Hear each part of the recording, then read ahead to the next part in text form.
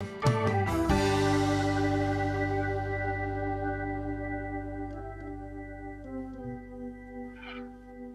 tarde a todas e todos que estão assistindo. Boa tarde a todas e todos que estão assistindo a mais esse seminário do Escritório de Evidências. Nós começamos os seminários no início do ano passado, esse já é o 50º seminário. A Raquel, que é a nossa convidada de hoje, tem a honra de um número cheio.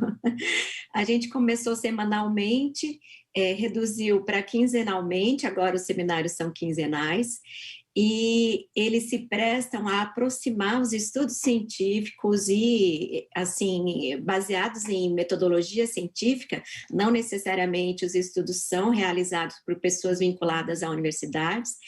Às vezes, muitas instituições e organismos não governamentais fazem excelente pesquisa avaliando políticas públicas.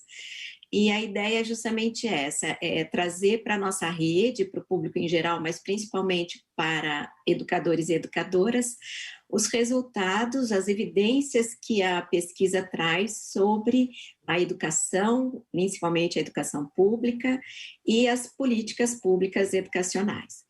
Então, é importante dizer que esse é um ambiente livre, ou seja, a opinião transmitida pelas pessoas que a gente convida não necessariamente é compartilhada pela Secretaria de Educação do Estado de São Paulo, mas ele é um espaço livre, como o bom debate científico tem que ser. Sem mais delongas, eu vou falar um pouquinho do funcionamento. Para quem nunca assistiu ao seminário, a gente tem 1 hora no máximo, de fala da Raquel, que depois eu vou apresentar, e depois as pessoas têm a chance de debater, né, de comentar e fazer perguntas para ela durante a meia hora final. Então, eu vou pedir agora que a produção mostre o link para o formulário de perguntas. Assim, o público externo tem a chance de acessar esse link e dizer seu nome e fazer a pergunta para a Raquel. O público que é da Secretaria de Educação costuma assistir pelo Centro de Mídias de São Paulo, pelo aplicativo, e existe o chat. Então, por favor, quem está assistindo pelo chat, é pelo chat que vocês vão conseguir fazer as perguntas, ok? Então, vou falar um pouquinho do seminário de hoje, da nossa convidada de hoje. A Raquel, ela trabalha como analista de políticas públicas educacionais no Instituto Unibanco, onde tem desenvolvido ações de produção, sistematização e disseminação de conhecimentos sobre gestão e liderança escolar. Ela é formada em pedagogia pela Faculdade de Educação da Universidade de São Paulo, a USP, onde também realizou seus estudos de mestrado e doutorado em Sociologia da Educação. O que ela vai apresentar para a gente hoje é resultado de uma parceria do Instituto Unibanco com a Universidade... Um momentinho aqui, deixa eu achar...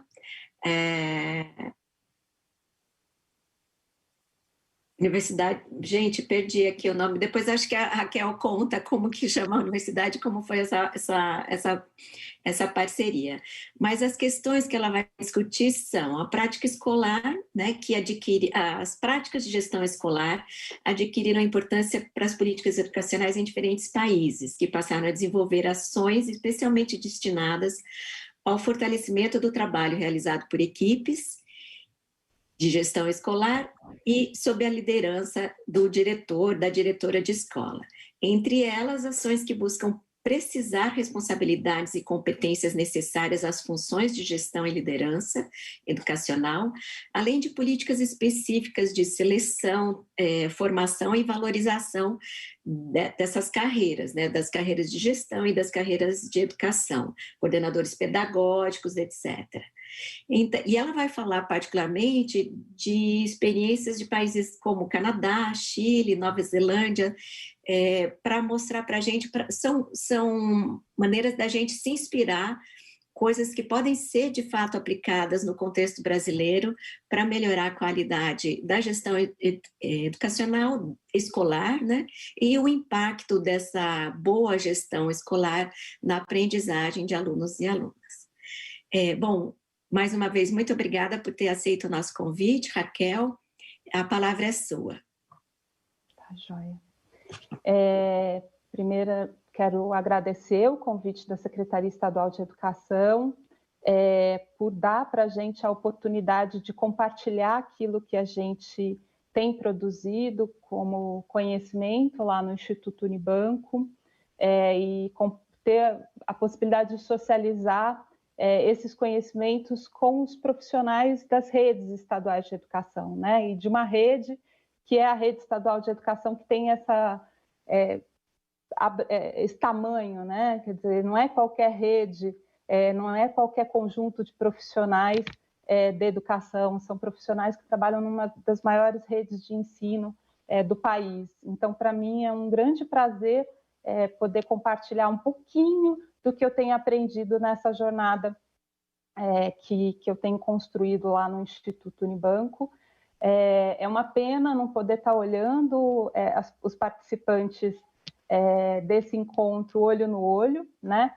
Não está vendo quem está nos acompanhando aqui, mas são os limites da tecnologia, mas também as possibilidades da tecnologia, né? Talvez a gente tivesse outros limites, caso esse encontro fosse presencial. Mas é uma pena não estar podendo olhar para vocês e interagir mais face a face com vocês, né?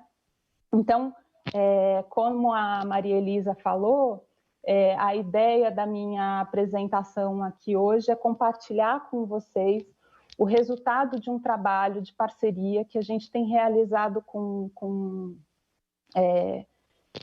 a Universidade Diego Portales, que é uma universidade chilena que mantém um programa de pós-graduação em gestão e liderança educacional lá no Chile e que tem se constituído como um centro bastante produtivo e fecundo nas suas produções, né, de pesquisa sobre gestão e liderança educacional. Então, esse programa de pós-graduação em gestão e liderança educacional não só tem abrigado estudantes chilenos, mas também estudantes da América Latina como um todo, que têm ido para lá para estudar essa temática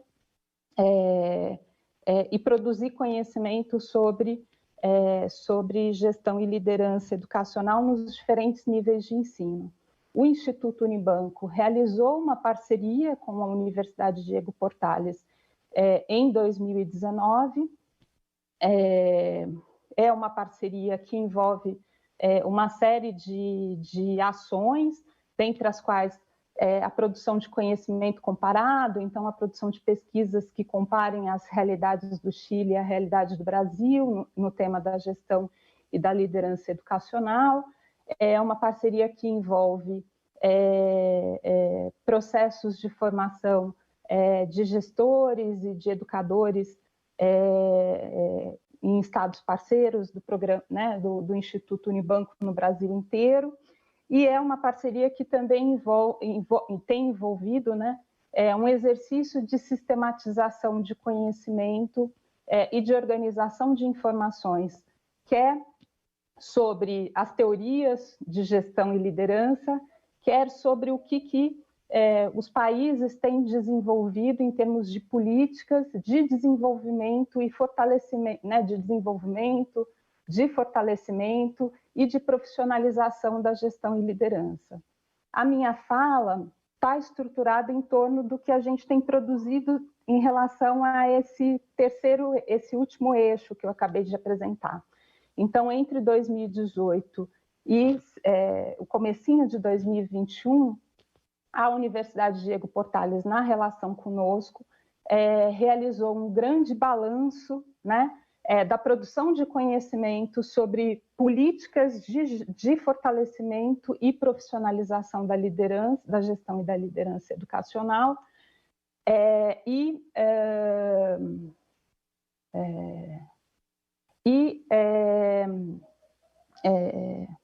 desenvolveu para a gente 3 dossiês, né, parrudos, robustos, né, sobre o que diferentes países muito heterogêneos, né, o que diferentes sistemas de ensino têm desenvolvido sobre gestão e liderança, né? Países latino-americanos, então isso envolveu estudar a realidade do Chile, do Peru, da Colômbia, da Argentina, mas também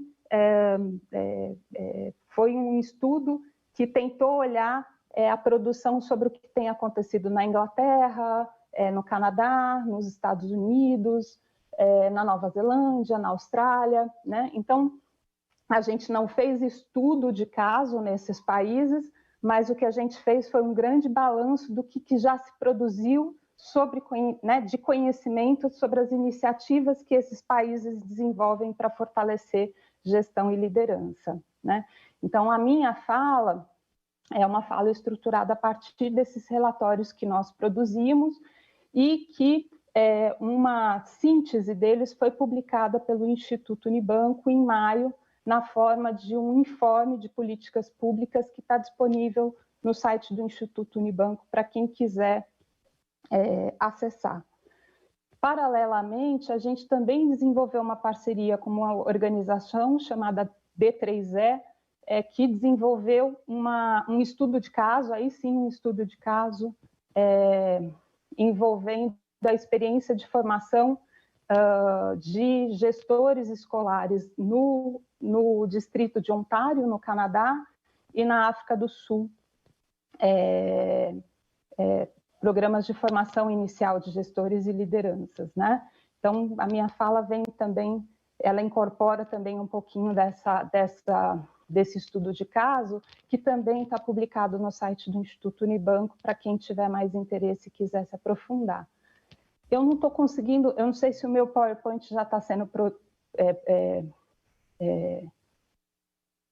sendo exibido, mas feita essa apresentação inicial, eu queria já passar para a página 3, porque, né, eu acho que... Então, o que a gente quis fazer,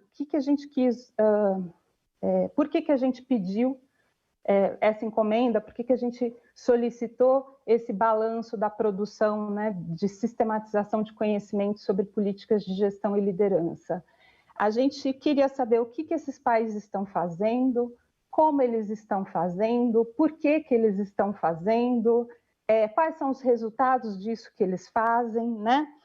E como é que isso pode contribuir e inspirar políticas de fortalecimento da gestão e da liderança educacional do Brasil.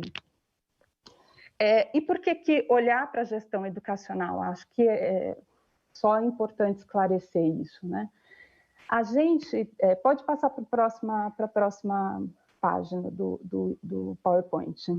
A gente lá no Instituto Unibanco, a gente, em primeiro lugar, não tem dúvida de que a educação escolar tem desafios que são muito complexos e multidimensionais, né?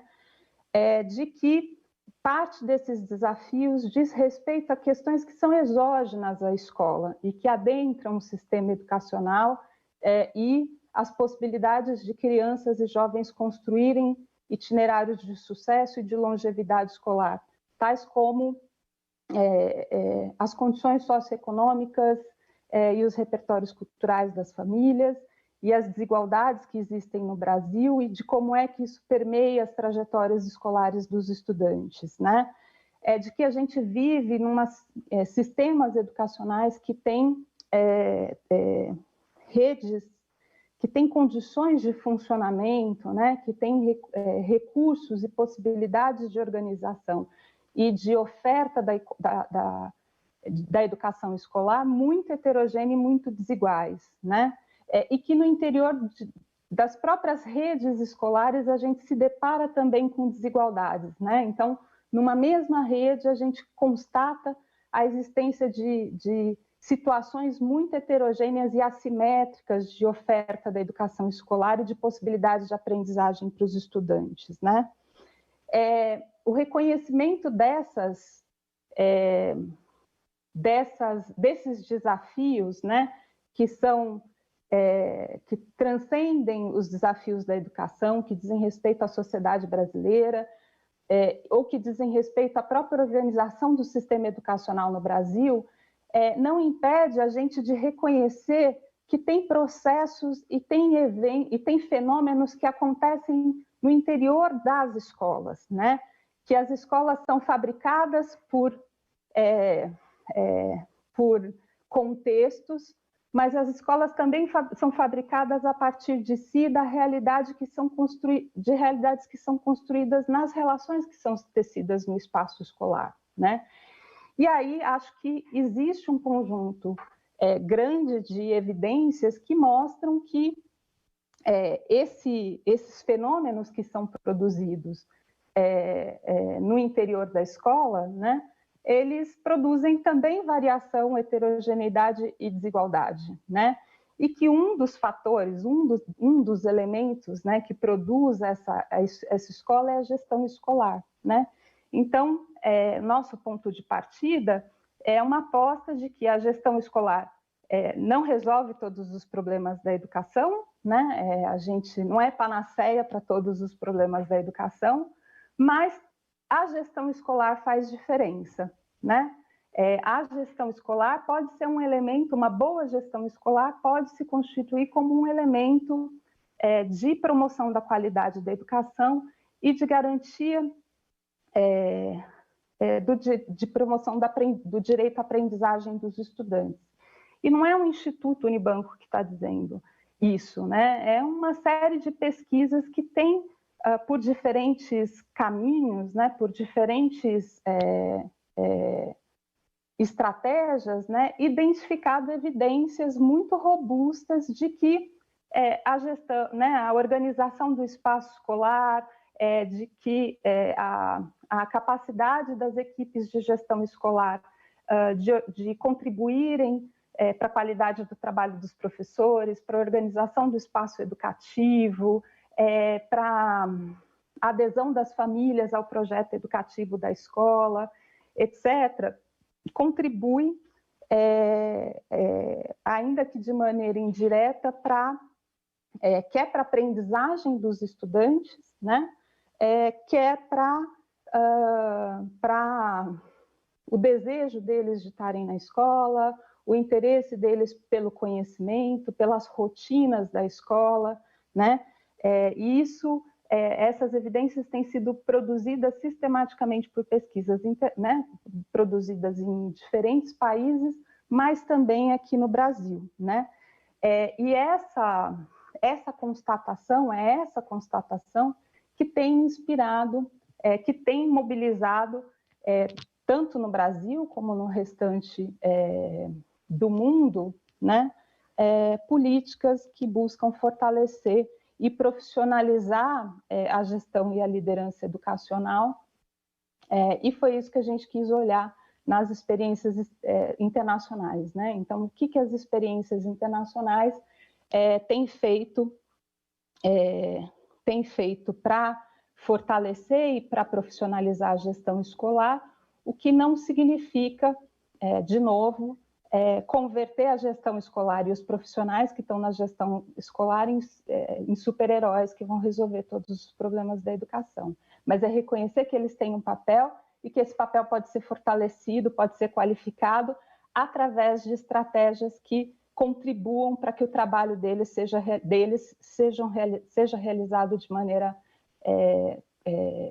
mais efetiva, mais eficiente, né, e centrada na qualidade da educação e na equidade da educação, né? Então foi um pouco esse o nosso espírito, esse o espírito que levou a gente a olhar para essas experiências, e olhando para essas experiências, o que a gente conseguiu sistematizar, né,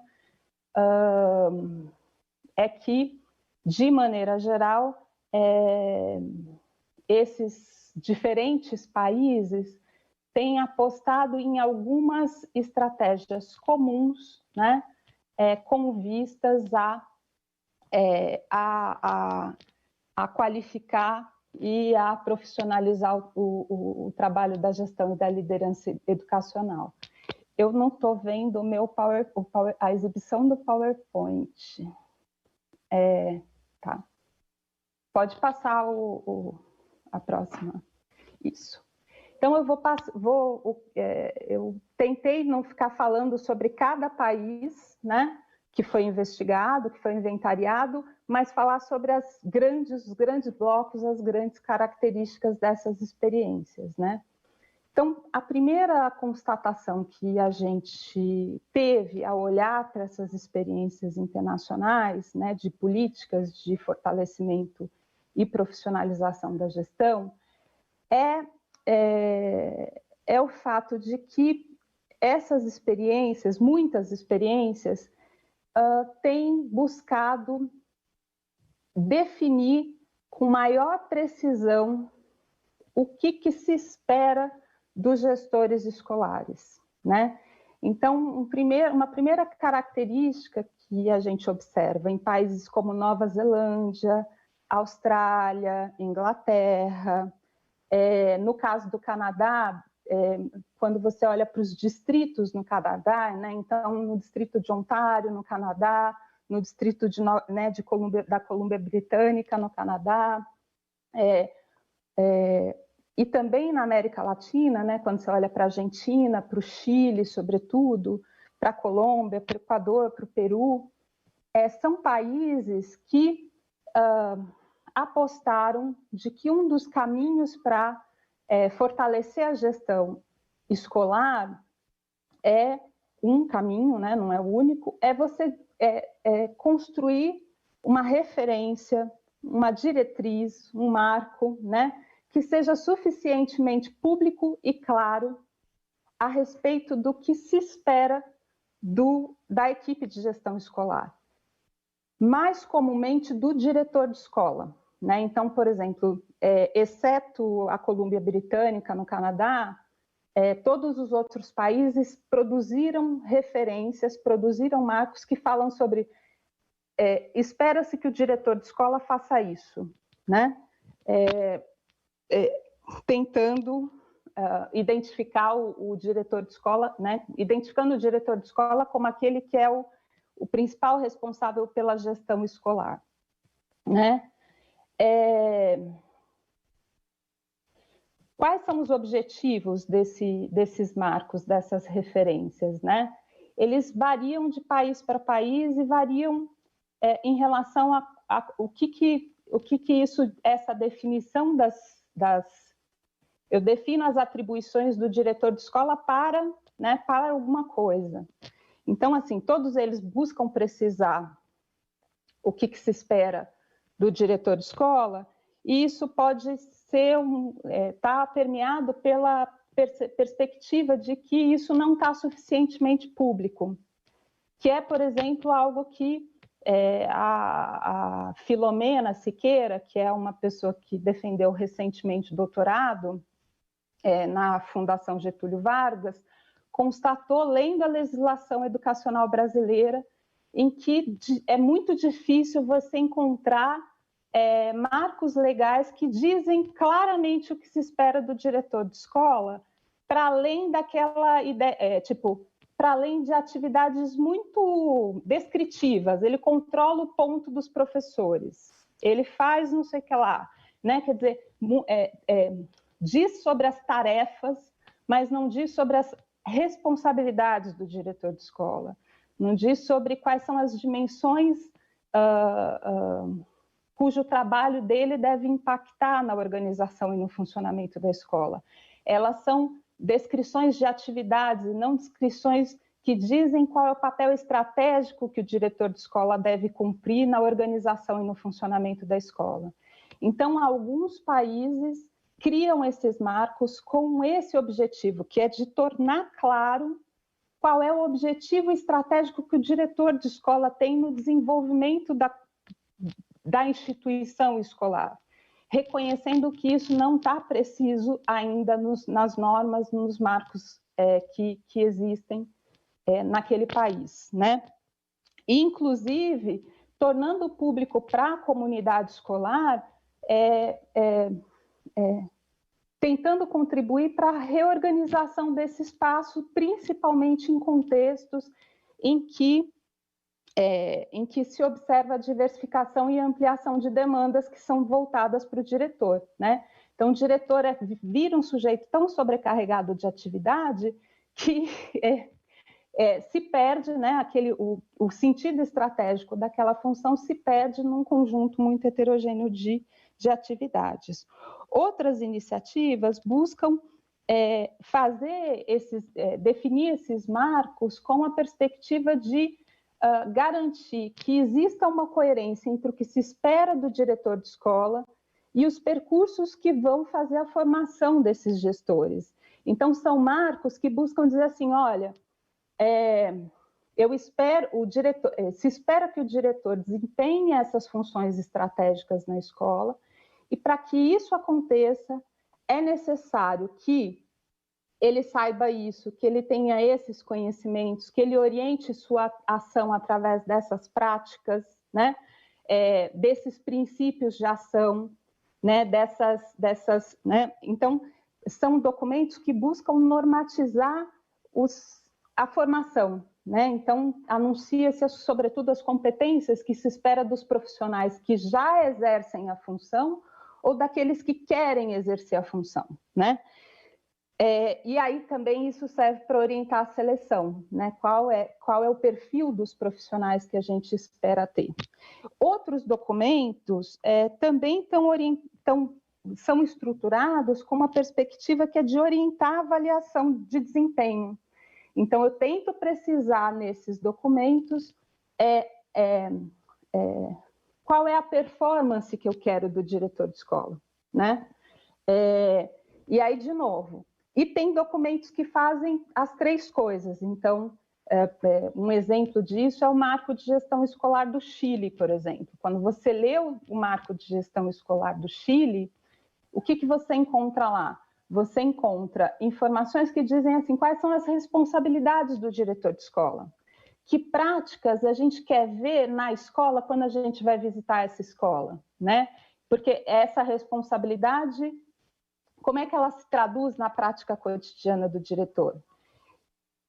Agora, o que é necessário que o diretor tenha para que isso aconteça na escola? E aí, o Marco de Gestão Educacional do Chile, ele está orientado por essa tripla finalidade de dizer o que se espera do diretor, o que ele precisa em termos de formação, de suporte, de apoio, né? E também os patamares para se avaliar o que é uma boa gestão pública, né? Uma boa gestão da escola pública. Eu preciso controlar o tempo, né? Então, essa é uma primeira dimensão das políticas, precisar muito claramente o que se espera do diretor de escola. Pode passar. Uma segunda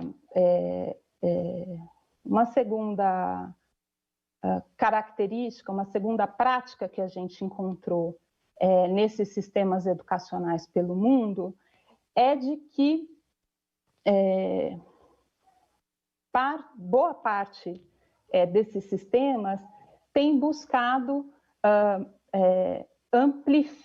diversificar os critérios e os mecanismos de seleção de quem são os diretores de escola.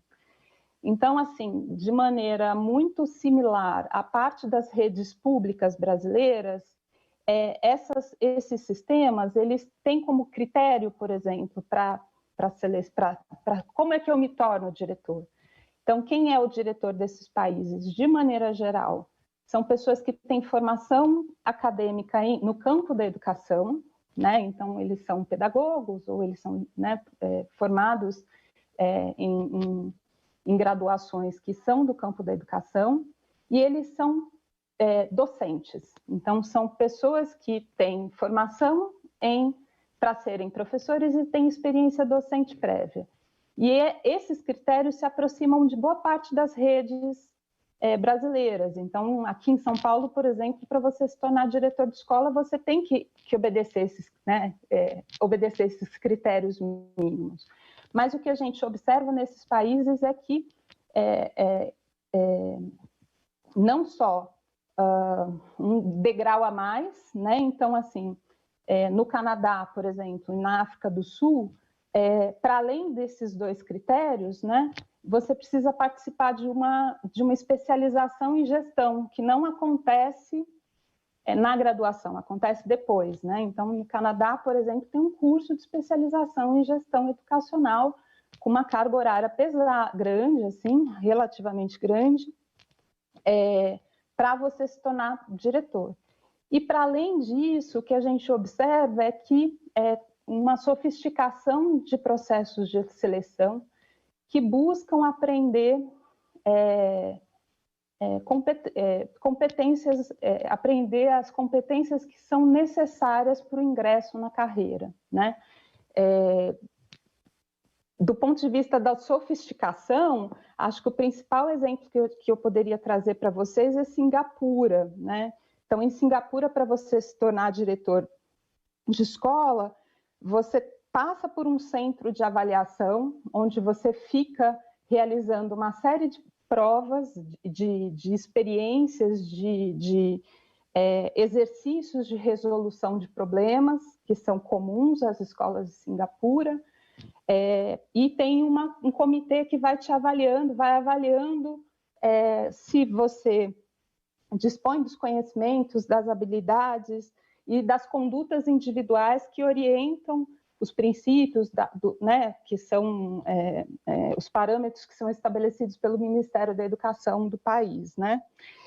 E aí, então, você pode ser aprovado ou reprovado nesse centro de avaliação, e uma vez que você participou, foi aprovado desse centro por esse centro de avaliação, você realiza um curso que tem duração de 6 meses, né?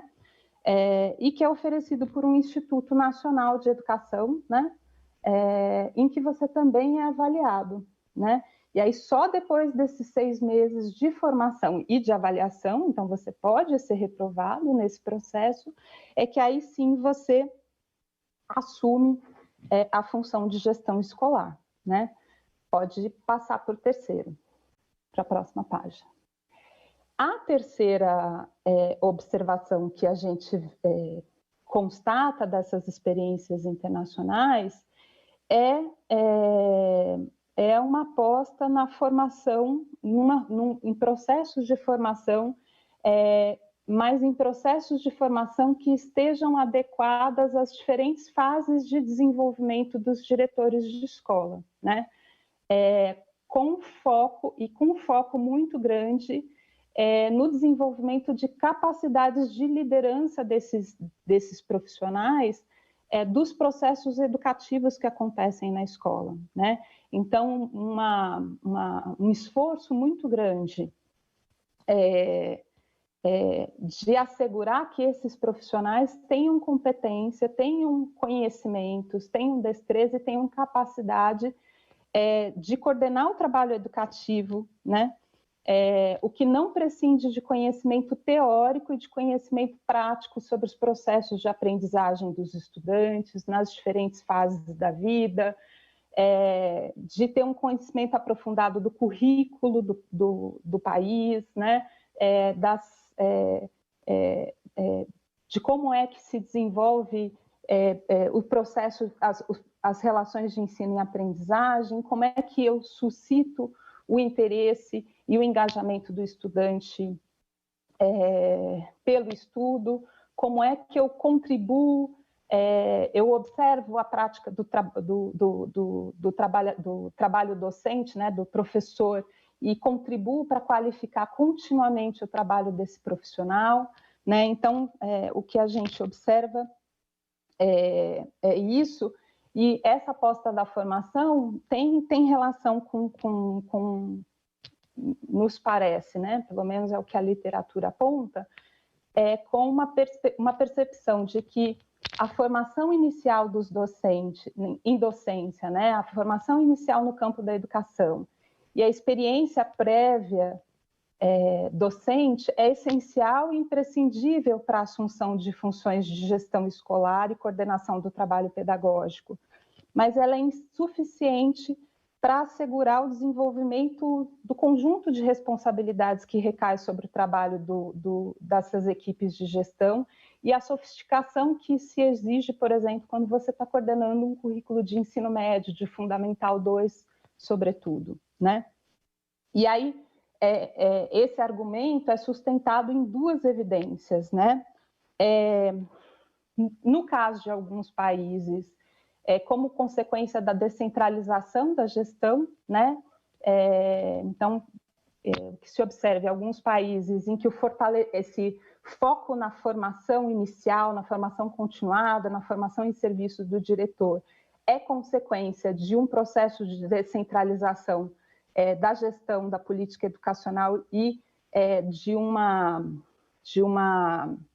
maior responsabilidade da escola e maior autonomia da escola para a tomada de decisão em relação ao que acontece, ao que, né, não acontece na sua escola.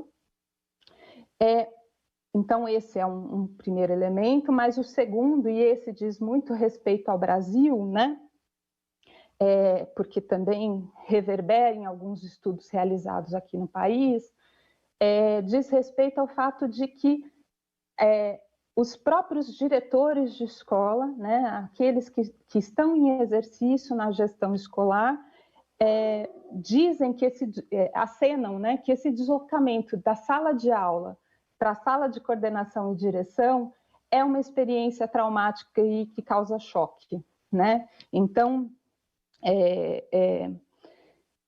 volto lá para o Chile, né? O José Weinstein tem uma pesquisa muito interessante que ele desenvolveu em 2004 com diretores chilenos que estavam assumindo o cargo de gestão pela primeira vez, né? E ele vai apontar que esses diretores, essas pessoas assumem os cargos de gestão escolar e muitas vezes assumem esse cargo de gestão escolar sem saber exatamente o que fazer, o que priorizar, né? E se sentem pouco ou nada preparados, né?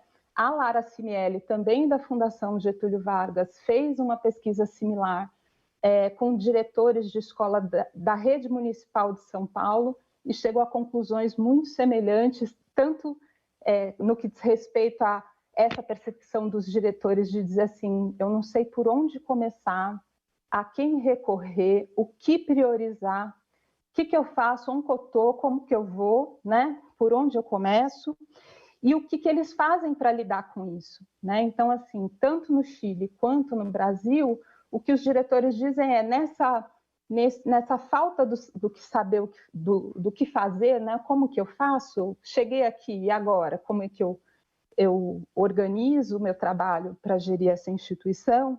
De como é que eles contam quase que exclusivamente com a rede de relações pessoais. Então, como é que eu resolvo esse problema?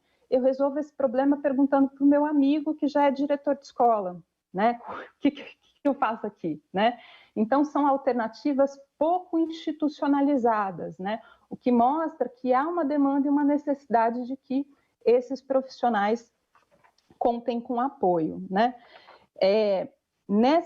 Nas experiências internacionais que a gente olhou, essas formações, né?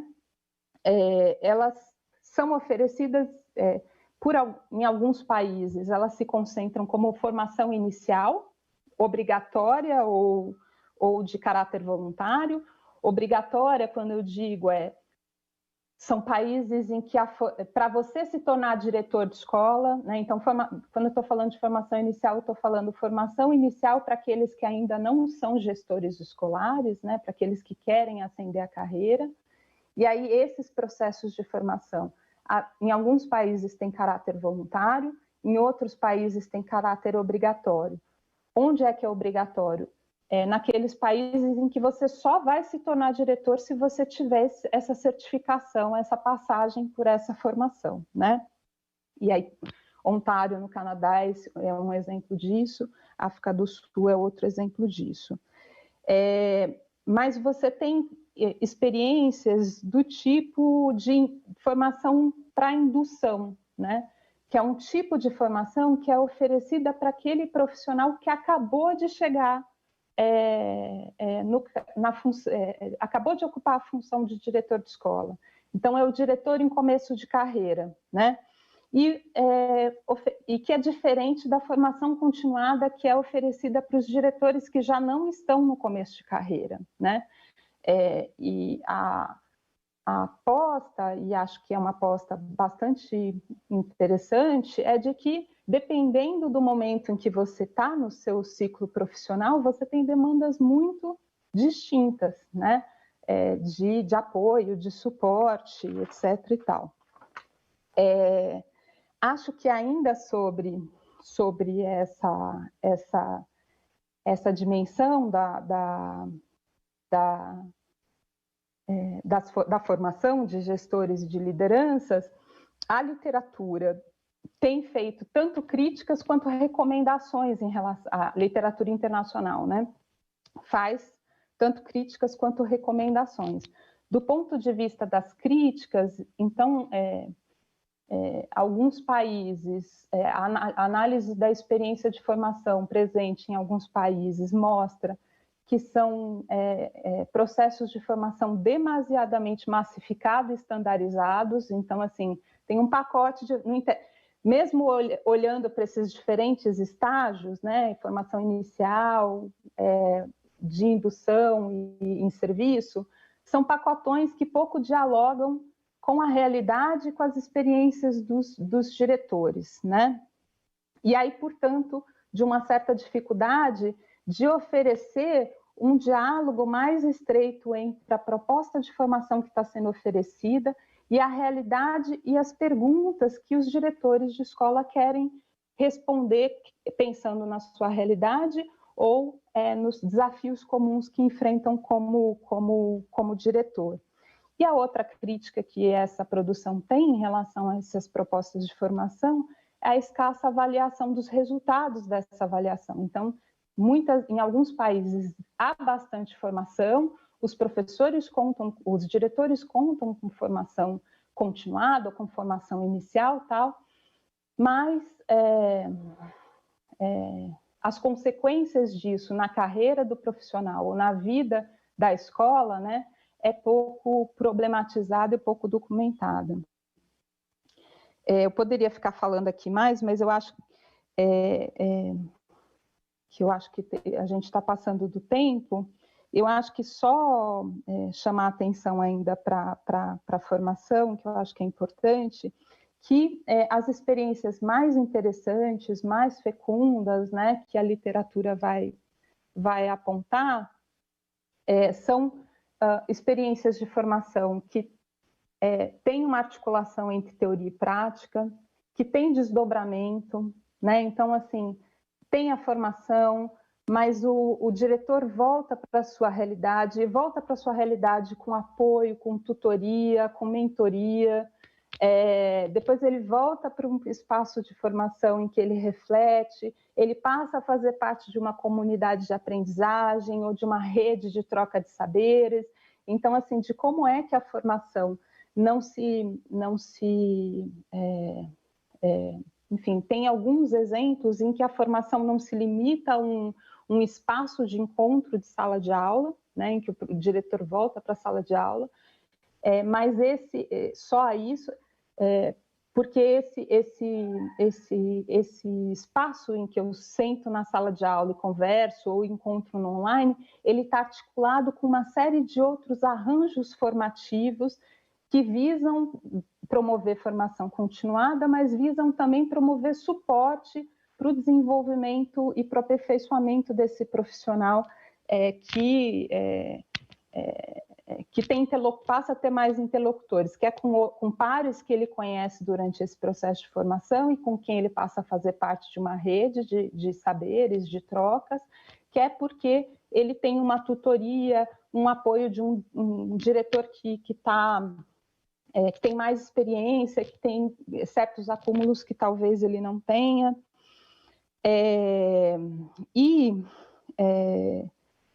Também há algumas experiências em que a gente observa laços de maior colaboração entre os órgãos centrais da gestão das redes, então, ou com o Ministério da Educação, ou secretarias de educação, ou distritos educacionais, universidades e escolas, né? Em que essa triangulação tem uma relação fecunda aí, em que a universidade vai para a escola vai para a universidade, a secretaria triangula com as três, né?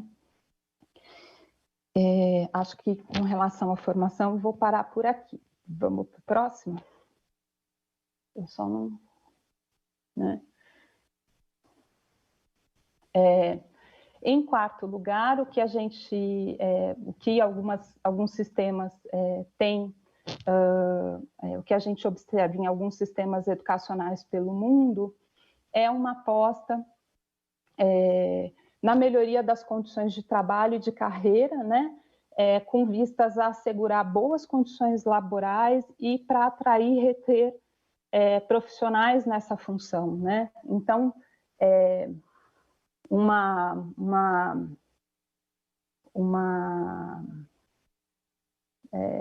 tônica, né, das análises para as quais a gente se debruçou nesse levantamento bibliográfico é de que os sistemas eles tendem a ter maiores níveis de exigência de formação, de compromisso com certas responsabilidades, de profissionalização do trabalho, mas para que isso também não adianta você só oferecer formação, só exigir a assunção de novas responsabilidades ou dar contornos mais robustos para as responsabilidades que já eram existentes, se você também não pensar, por exemplo, nas condições de trabalho dos diretores de escola, se você não pensar de que a remuneração e a remuneração pelo trabalho realizado tem que ser compatível ao conjunto das responsabilidades que esses profissionais exercem. Isso significa, por exemplo, a centralidade do trabalho, no caso da América Latina, né, na literatura latino-americana, por exemplo, isso é muito presente, né, de como é que você atribuir maior responsabilidade no campo do trabalho pedagógico com professores, fazer isso significa também você equalizar uma demanda administrativa que recai muito fortemente aos gestores escolares, não só no Brasil, como na América Latina como um todo, né? Então, de como é que você precisa também ajustar essas expectativas com condições de trabalho e com uma valorização do trabalho que esse profissional realiza e essa valorização traduzida, sobretudo, em termos de retornos, né, em relação ao trabalho que ele realiza. E aí, por último, estou falando tudo isso para fechar. O que a gente observa é que alguns sistemas, por exemplo, a gente observa, tem lá o marco de gestão educacional ou as diretrizes da gestão educacional, e isso não está amarrado com mais nada, né? Tem lá o marco, né? Ao passo que outros sistemas, né, alguns sistemas, o que a gente observa é que você tem uma roda que gira para fortalecer a gestão e para profissionalizar a gestão e a liderança educacional, né? E acho que são essas experiências que parecem que podem nos inspirar mais, né? Em que você não aposta só na formação ou só na precisão da definição do que se espera do diretor, ou só na valorização da carreira, ou só na avaliação, ou só numa coisa ou na outra, mas, ao contrário, você cria um sistema em que as coisas dialogam, né, em que as coisas estão articuladas. Então, o marco de gestão, os princípios, né, os parâmetros, o que se espera do gestor está articulado com uma proposta de seleção, que está articulada com uma proposta de formação, que está articulada com uma carreira, com avaliação, com suporte que eu ofereço para esse profissional. Então, alguns sistemas que a gente olhou e se debruçou, nos pareceu muito fecundo, quer porque já consolidou esse sistema, quer porque tem apostado na construção, na indução de um sistema que faça a roda girar e faça a gestão, faça realidade um certo projeto, um certo horizonte do que se espera sobre a gestão escolar. Para finalizar minha apresentação, eu queria só dizer, compartilhar com vocês alguns pontos de atenção com relação a essas experiências internacionais, e essa síntese do que a gente achou nas experiências internacionais e as possibilidades de inspiração delas, né, para o Brasil, né? Eu queria chamar a atenção para algumas cautelas, né, na verdade. Então, uma primeira cautela que me parece que é importante é o cuidado que a gente tem que ter para não fazer uma simples transposição dessas experiências, né? Então, porque a gente corre o risco de copiar coisas que não servem para a nossa realidade ou que dialogam um pouco com a nossa realidade, ou jogar as nossas conquistas e as nossas apostas pelo ralo, né? Então, por exemplo, no que diz respeito à função do diretor de escola, né? Você tem redes como São Paulo, né? A rede estadual de São Paulo, a rede municipal de São Paulo, em que ser diretor de escola é assumir um cargo, né? Então, no estado de São Paulo e na cidade de São Paulo, para você ser diretor de escola, você faz um concurso público e você deixa de ser professor para ser diretor de escola ou coordenador de escola, né? Mas essa não é a realidade da maior parte do Brasil, né? Ou onde ainda, infelizmente, prevalece nas redes municipais, por exemplo, a indicação política, né? Mas você tem outras experiências em que ser diretor é exercer uma função temporária exercida por um mandato que é dado pela comunidade escolar. Esse é o caso dos municípios e dos estados em que tornar-se diretor é resultado de um processo de eleição que acontece na comunidade escolar e, às vezes, esse processo está articulado ou não também com a avaliação do mérito, das competências dos profissionais, né? Dizendo isso porque, assim, não necessariamente a gente tem que copiar as experiências internacionais para processos de seleção, né? Talvez a gente possa fazer arranjos, me parece, né? Pelo menos essa é a aposta que o Instituto Unibanco tem feito, de que é necessário, sim, assegurar que os profissionais que assumam a gestão escolar tenham qualificação e tenham formação necessária para os desafios que essa função essa função oferece aos profissionais da educação, né? Mas não necessariamente isso inviabiliza, por exemplo, a manutenção de processos de eleição através da comunidade escolar. Agora, como fazer essa articulação e as consequências disso para um processo de indução, né? De formação inicial, de formação continuada, de formação para a indução de quem está assumindo o cargo pela primeira vez, da função pela primeira vez, de como é que você pensa a carreira, né, em um mandato, em 2 mandatos, como é que você avalia, como é que você arranja esse sistema, tem que ser resultado de uma resposta muito customizada para a realidade de cada estado, de cada município, né? Então, acho que esse é um primeiro cuidado, né, do desafio da não transposição automática do que está na experiência nacional e na experiência internacional, né? Um outro ponto de atenção que eu queria chamar a atenção é de que, no caso, né, acho que eu já falei isso durante a minha fala, mas no caso das experiências latino-americanas, os estudos, né, feitos por aqui têm assinalado, sobretudo, essa sobrecarga dos profissionais da educação que exercem funções de gestão escolar com atividades administrativas, né, e do quanto isso, às vezes, inviabiliza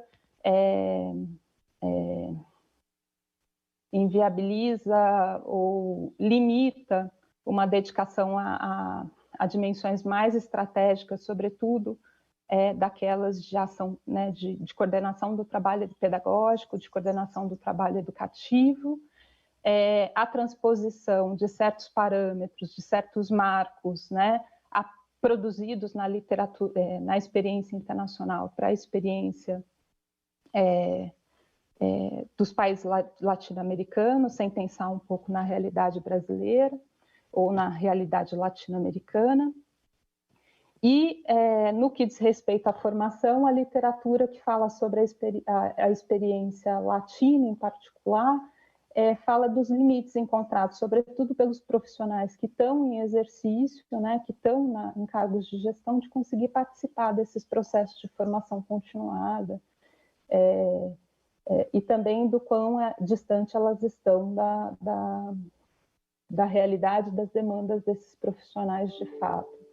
Eu acho que a gente tem duas janelas de oportunidade que a gente não sabe como né, não tem bola de cristal para saber como a gente vai se aproveitar delas, mas eu acho que o cenário mais recente tem duas novidades que certamente vão impactar na organização da gestão escolar no Brasil. Acho que a principal delas é a aprovação da BNC de diretor de escola pelo Conselho Nacional de Educação, que ainda está em homologação, né? Foi aprovado pelo Conselho Nacional de Educação, mas ainda não foi homologado pelo Ministério da Educação. Essa proposta de BNC, diretor de escola, não está sendo anunciada como uma política mais estrutural, mais sistêmica, né? Que é essa que a gente está advogando. Então, a gente não sabe exatamente qual é a consequência disso, né, em termos práticos. Acho que ainda está para se desenhar e a gente pode induzir bastante isso. E, para além da BNC diretor de escola, a gente tem a nova lei do Fundeb, que foi aprovada em 2020, que tem lá um repasse de recursos da União, que está condicionada, um dos repasses, né, da transferência de recursos da União, que está condicionada à melhoria de indicadores de aprendizagem e equidade na educação, com melhorias de formas de organização e gestão do trabalho, do sistema, né? E uma das dimensões as formas de seleção, né, dos diretores de escola, privilegiando critérios técnicos articulados à eleição da comunidade escolar, o que muito provavelmente, pelo menos essa é a nossa hipótese, vai diminuir ou arrefecer as estratégias mais comuns, por exemplo, nas redes municipais de indicação política. Eu acho que era isso, assim, para começar, que eu tinha para falar. Muito obrigada e estou aberta para o debate.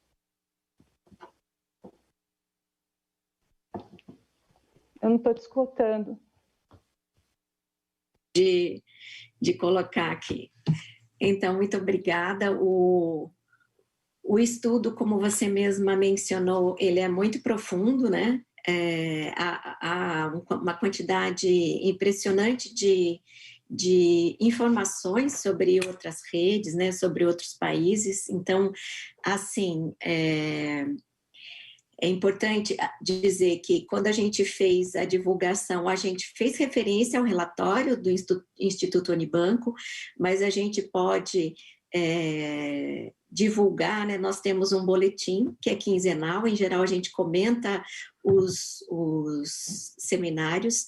Você já é uma muitas pessoas vieram falar aqui no seminário sobre temas correlatos, então eu vou só fazer um apanhado de algumas pessoas, por exemplo, você mencionou a Filomena Siqueira, e nós trouxemos ela estava do meio para o fim do doutorado dela, aliás, ela tinha acabado de entregar, e ela veio apresentar os resultados da pesquisa dela aqui, né?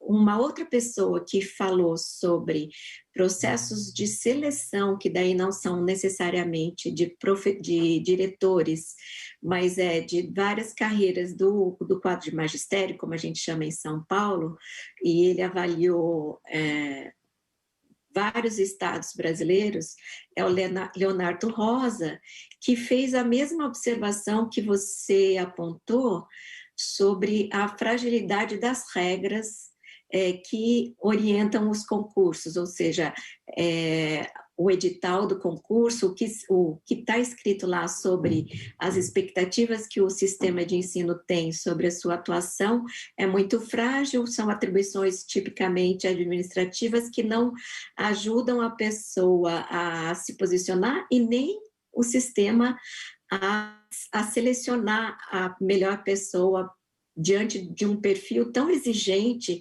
que tem sido apresentado pelos estudos, né? As expectativas sobre o papel da diretora de escola, do diretor de escola, são altíssimos atualmente diante de todas as evidências que apontam como uma boa pessoa nessa posição faz uma diferença brutal no contexto de uma escola, né? Então, assim, partindo para as perguntas que nos chegaram, vou pedir desculpas pelo copo absurdo que eu tenho aqui. Eu esqueci de trazer um copo discreto. Então, é o seguinte, uma primeira pergunta veio do Roberto. Ele não é do nosso sistema de ensino, ele não é de nenhuma diretoria, ele não se identificou. Mas a pergunta é justamente sobre o processo de seleção, né? Considerando isso que a gente conversou, né, sobre como as regras dos processos de seleção têm essa característica, né, de uma fragilidade, elas não estão ainda orientando muito bem o processo de seleção, ele aponta que no caso do Sistema Estadual de Ensino de São Paulo, nós, por se tratar de um concurso público, diferentemente de outros estados, né, que, aliás, você apontou, pelo que eu vi a estatística, é a minoria ainda que seleciona por concurso. Mas, assim, isso sou eu falando, tem ônus e bônus da seleção pelo concurso, e no caso da pergunta do Roberto, é a seguinte, em geral, as secretarias de Estado, elas têm que obedecer regras que são arcaicas, mas que não são nossas necessariamente, mas que são do governo estadual como um todo, que é a lógica de como são feitos os concursos públicos das carreiras em geral, uma certa rigidez, uma certa vinculação com o conteúdo. Então, ele pergunta, como fugir, assim, em que medida esses concursos formalistas, né, essa regra que não é exatamente a Secretaria de Educação, e eu falo isso concordando com ele, porque a Coordenadoria Geral de Recursos Humanos do Estado, digamos, as regras de concurso vêm anteriores à nossa decisão, né, a decisão da Secretaria.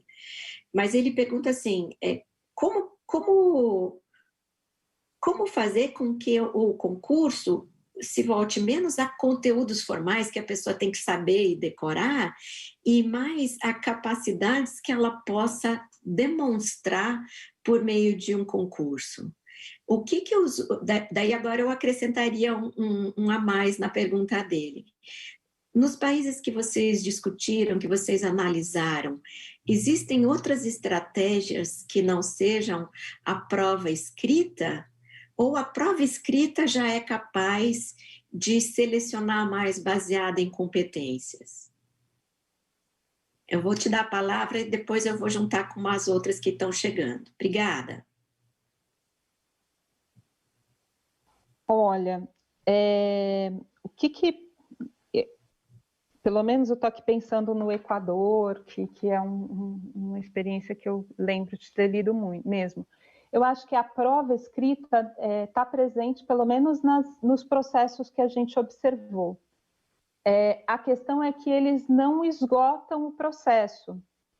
Então, assim, tem essa etapa e tem outras. E aí eu acho que cada sistema é isso. A gente precisa criar recursos e criar possibilidades que se adequem à nossa realidade, enquanto a gente não pode mudar, por exemplo, grandes normativas, né? Então, tem uma normativa que é os processos de recrutamento dos servidores públicos, né? Que transcende os mecanismos de seleção dos trabalhadores da educação, né? Dos servidores do campo da educação. Eu não saberia te dizer, Roberto, qual é o regimento, por exemplo, os marcos legais que estão por detrás desses modelos que a gente observou, porque a gente não fez esse mergulho, não foi um estudo de caso, a gente pegou o que a literatura está dizendo sobre eles. Mas certamente eles são mais criativos e mais heterogêneos do que só a prova, né? Do que só a prova. Agora, eu conheço pouco dos regimes de concurso público no Brasil, mas eu sei que a maior parte deles tem um período probatório, né? Então eu fico me perguntando se o concurso público ele pode ser só, né? Estou pensando aqui no caso de São Paulo, do estado de São Paulo, cujo acesso à gestão escolar é feita via concurso, né? Se a gente não pode, quer dizer, pensar o concurso como um primeiro passo, né? Porque aí depois você tem os 2 anos probatórios em que uma série de estratégias de formação, de desenvolvimento, de avaliação, de uma avaliação formativa, né? Quer dizer, não é a formação punitiva que diz assim, vai embora, mas do que você precisa melhorar, como, por onde, que caminho fazer, ter diferentes caminhos para atender diferentes demandas. Então, assim, me parece que a gente pode criar em cima daquilo que a gente tem. Acho que é isso, né? No caso de outros estados, por exemplo, no Brasil, tem muita... nas redes estaduais, por exemplo, você tem a existência de muitos estados em que ser diretor de escola, ser coordenador de escola, pedagógico, é uma função, não é um cargo.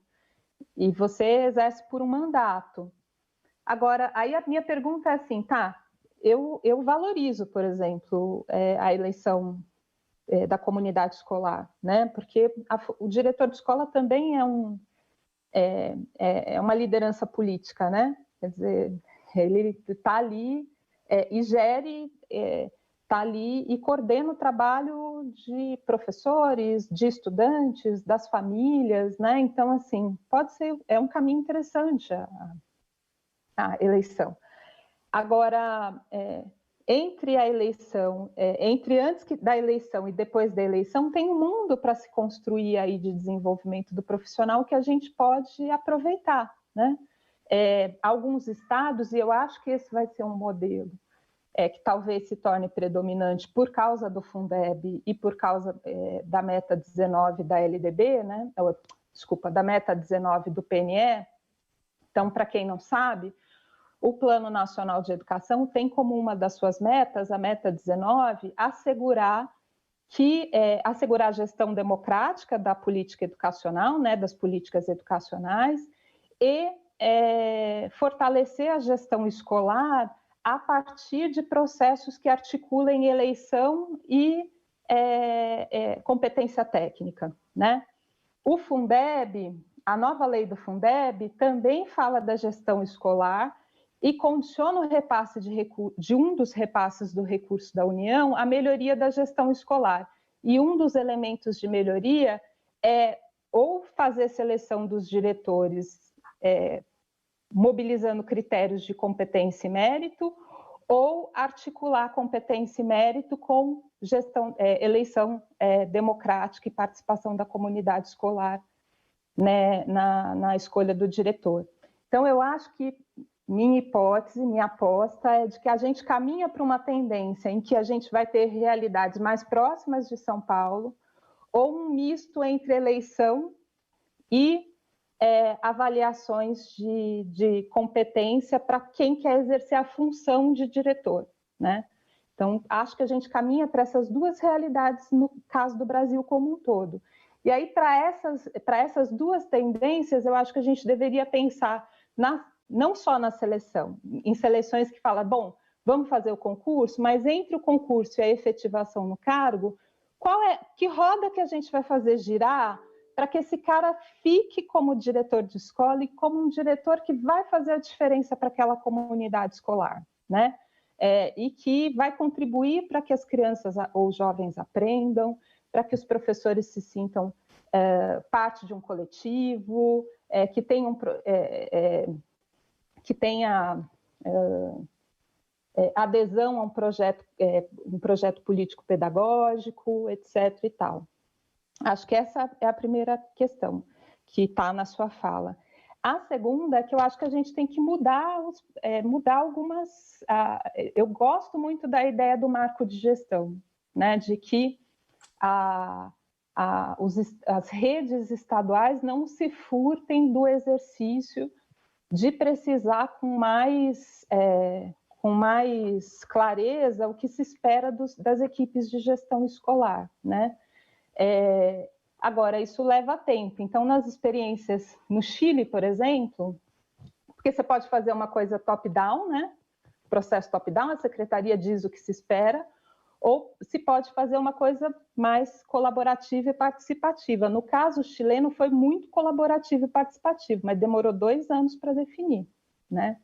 Então, mas eu acho que é um exercício bacana, porque você mobiliza as universidades, que é quem vai fazer formação inicial, quem vai dar curso de especialização, quem pode ser um parceiro estratégico para pensar a formação continuada, a formação de indução. Você tem a rede, você tem os próprios profissionais da educação, então você pode fazer ali uma concertação interessante, que eu acho que foi o que aconteceu no Chile, num quadro de reforma grande da organização para a gestão e liderança escolar, né? Então, acho que é isso. Posso fazer as próximas? Na verdade, só uma correção, eu troquei a pergunta que eu falei que foi feita pelo Roberto, na verdade tinha sido feita por uma moça que se chama Clarice Silva, mas a pergunta estava correta, que é exatamente essa questão do conhecimento e das capacidades no campo do concurso público.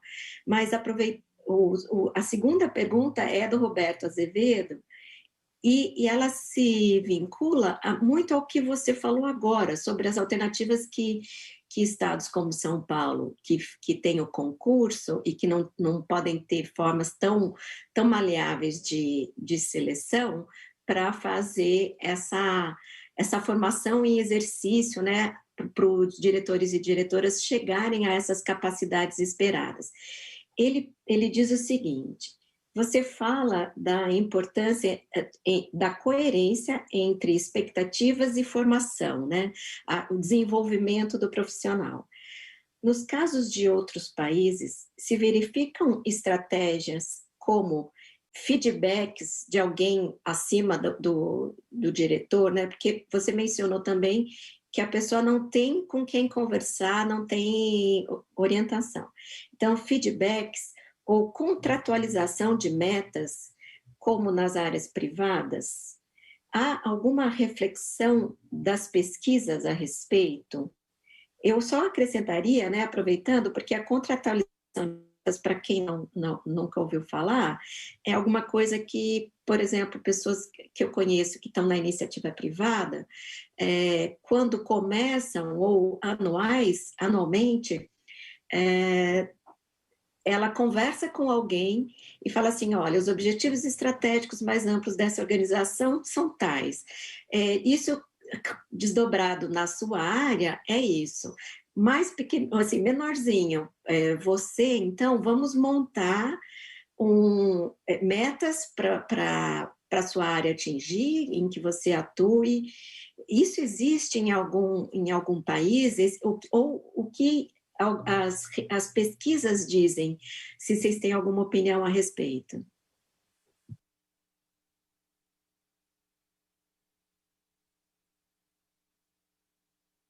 Tá no mudo, tá no mudo. Tá bom. Então, Clarice, eu espero ter te respondido, e aí agora eu vou para a pergunta do Roberto. O Roberto, eu acho, eu posso falar a partir do Chile, porque eu acho que foi a experiência que mais me encantou, mas também porque eu fiz questão de tentar entender direito, porque é muito legal, por exemplo, a experiência de Ontário, no Canadá, é aquilo que mais se produziu na literatura. Tem muita coisa falando sobre a experiência de Ontário. E ela, de fato, é uma referência muito importante. Só que ela é um distrito do Canadá, né? De uma rede que é altamente descentralizada, né? Então, os distritos cada distrito tem o poder de uma secretaria de educação, é responsável pela contratação. Então, eu tentei olhar, quando eu fui ler tudo, né? Porque gente, 3 relatórios. Quando eu fui ler, eu tentei olhar para aquilo assim, o que isso, onde é que a gente está mais próximo, né? Eu acho que a gente tem diferenças importantes em relação ao Chile, mas eu gostei de lá. Então, por exemplo, assim como no Chile, assim como você tem um marco para a gestão escolar, você também tem um marco para as gestões intermediárias, né? Que no caso chileno não é igual aos nossos órgãos regionais de educação, mas sempre que eu olho, eu penso nas regionais, quando eu leio, né? Então, por exemplo, no marco chileno, uma das atribuições do diretor de escola é desenvolver as pessoas, é desenvolver, sobretudo, o potencial, garantir que os educadores que fazem parte, garantir recursos, meios, organizar, coordenar formas para que todo mundo se desenvolva, da pessoa que serve a comida até o professor de sala de aula, né? E no caso do professor de sala de aula, ele junto com a sua equipe tem um papel que é de avaliar o trabalho educativo do professor. Então, assim, o diretor de escola no Chile, que é algo que eu acho muito incomum no Brasil, acho que a gente não faz isso. O diretor entra na sala para observar a prática do professor. Não como alguém que vai dizer assim, tá ruim, tá bom, você foi mandado embora, mas como alguém que tem como compromisso olhar o planejamento desse professor, olhar a prática dele e fazer avaliações de feedback, né? De dizer, olha, foi assim, faça assado, de fazer de ser esse interlocutor que apoie e dá suporte para o professor, né? Daí essa responsabilidade com a coordenação do trabalho pedagógico, né? Ter cada vez mais centralidade. E aí, assim como o diretor faz isso com a sua equipe, quando você olha para o marco de regional, né? As regionais são responsáveis por desenvolver a gestão e a liderança das escolas. Eles não chamam regional, eles falam órgãos intermediários, que não é igual regional, tá, gente? Tem mais cara de Secretaria Municipal de Educação, né? Assim, grossíssimo modo. Mas o fato é de que essas instâncias também são responsáveis por monitorar, acompanhar, definir metas, olhar, avaliar, tem menos uma função de supervisão, que é a cara da tradição das regionais brasileiras. Eu reconheço que tem mudado muito, mas a nossa tradição, e a tradição chilena também, é de órgãos de fiscalização, de controle e de checagem para ver se está seguindo as regras da secretaria. E o que eles estão tentando desenvolver lá e implementar como parte dessa reforma, né? Então não é algo que está acabado, é algo que está em construção. Estou falando de 2015, 2016, né? Eles então o gestor ele é avaliado, mas essa avaliação faz parte de um processo de assessoria que culmina com feedback, com retorno e com uma tentativa de orientação para o diretor melhorar seu trabalho. assim como as regionais, eu acho que tem outras experiências que vão ter a figura do tutor ou do mentor, né? Que são geralmente pessoas que têm mais tempo de rede ou que têm uma experiência mais consolidada e que vai, por exemplo, apoiar um grupo de gestores que estão em começo de carreira, vai apoiar eles no seu desenvolvimento, e faz parte também essa conversa de feedback do que deu certo, do que não deu errado, dos caminhos, que é algo, por exemplo, que existiu na África do Sul, né? Que foi paralisado agora, recentemente, mas que faz parte da experiência da África do Sul, né? Acho que é isso. Raquel, nós temos agora 9 minutos, então eu só vamos ter só mais uma pergunta, porque senão realmente corre o risco da gente atravessar o horário. Mas é interessante que as perguntas vão surgindo a partir do que... Assim, na verdade, eu tinha uma pergunta que depois você tocou agora, então eu vou fazer essa pergunta que tem muito a ver com essa sua última fala. Quando você fala do papel da diretora ou do diretor, que um dos papéis cruciais é formar equipes, né? Desenvolver pessoas. Eu vou juntar 2 elementos de informação. Assim, nós, na Secretaria de Educação de São Paulo, nós fizemos um processo de avaliação do desempenho dos dirigentes regionais de ensino. Não sei se você soube, mas, historicamente, essa função tinha muita influência política, né? Era uma função importante, inclusive do ponto de vista da política partidária, havia indicações de políticos regionais sobre essa função.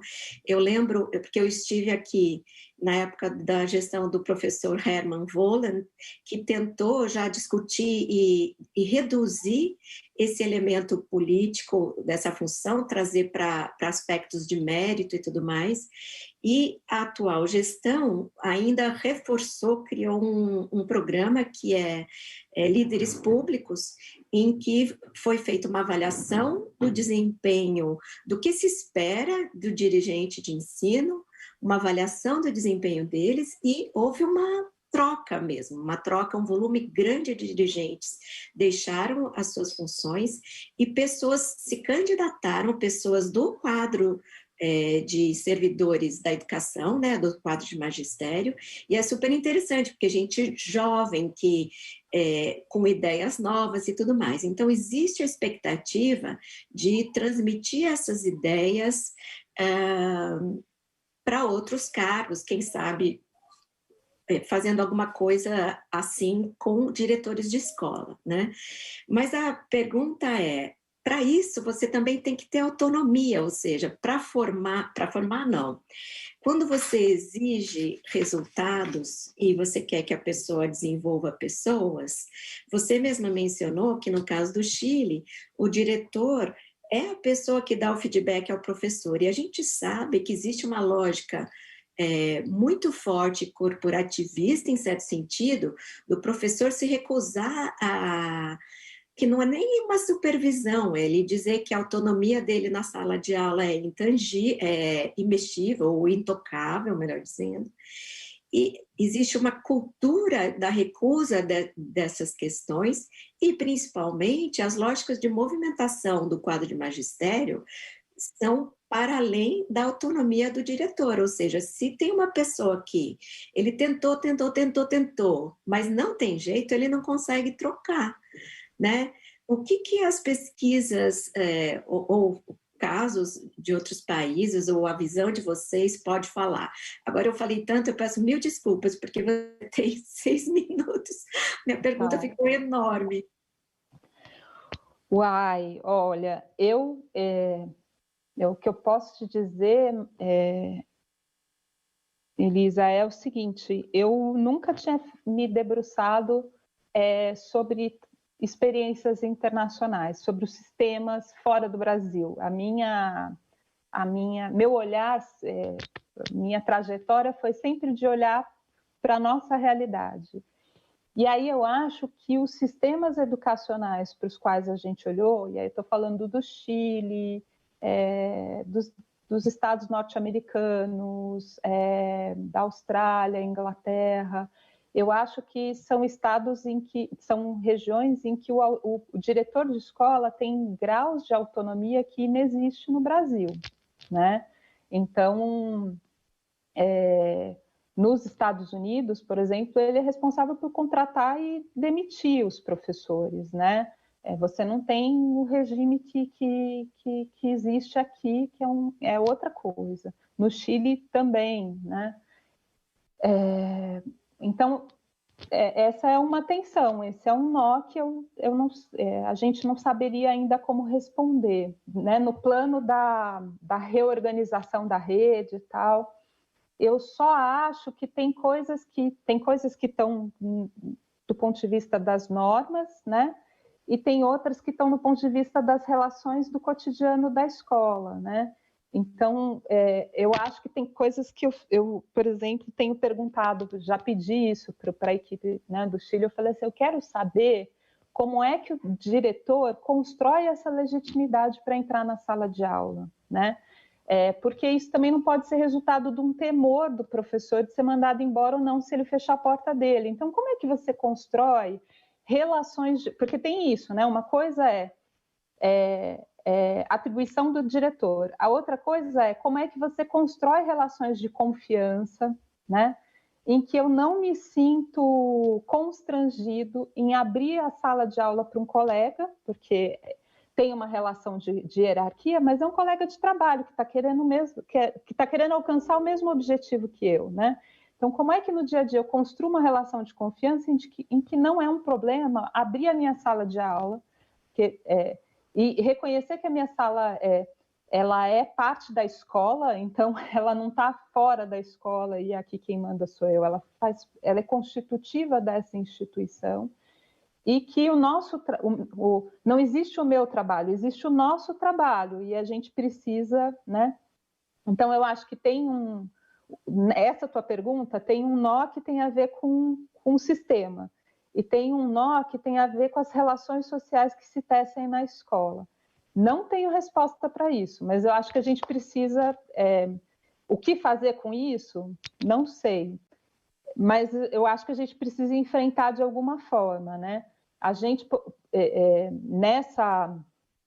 eu não falei muito sobre isso, e eu já vou parar, mas, por exemplo, isso que você trouxe das atribuições e dos deslocamentos dos professores, das próprias equipes de gestão, eu acho que é um nó que a gente tem que descascar, né? Então, por exemplo, nas experiências internacionais, quando a gente fala de carreira, né, de valorização do trabalhador, do diretor de escola, tem países, por exemplo, que a remuneração é variada, por exemplo, para o nível de desafio que a escola onde o diretor está indo oferece, entendeu? Então, escolas que são reconhecidas como mais desafiadoras, né, porque tem um nível de complexidade maior, o diretor que vai para lá tem um status diferente, tem um reconhecimento diferente. Então, é muita coisa para a gente pensar.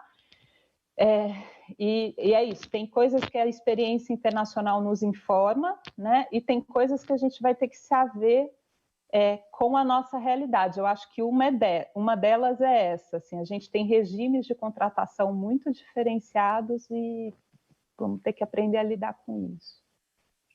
Perfeito, infelizmente a gente chegou ao fim. Eu queria agradecer imensamente, se você quiser falar um tchau para as pessoas, e a gente continua esse debate, com certeza. Obrigada por assistiram.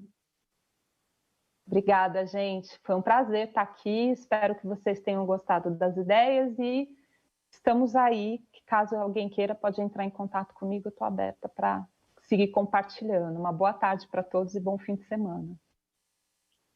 Boa tarde a todas. Até o próximo seminário, gente.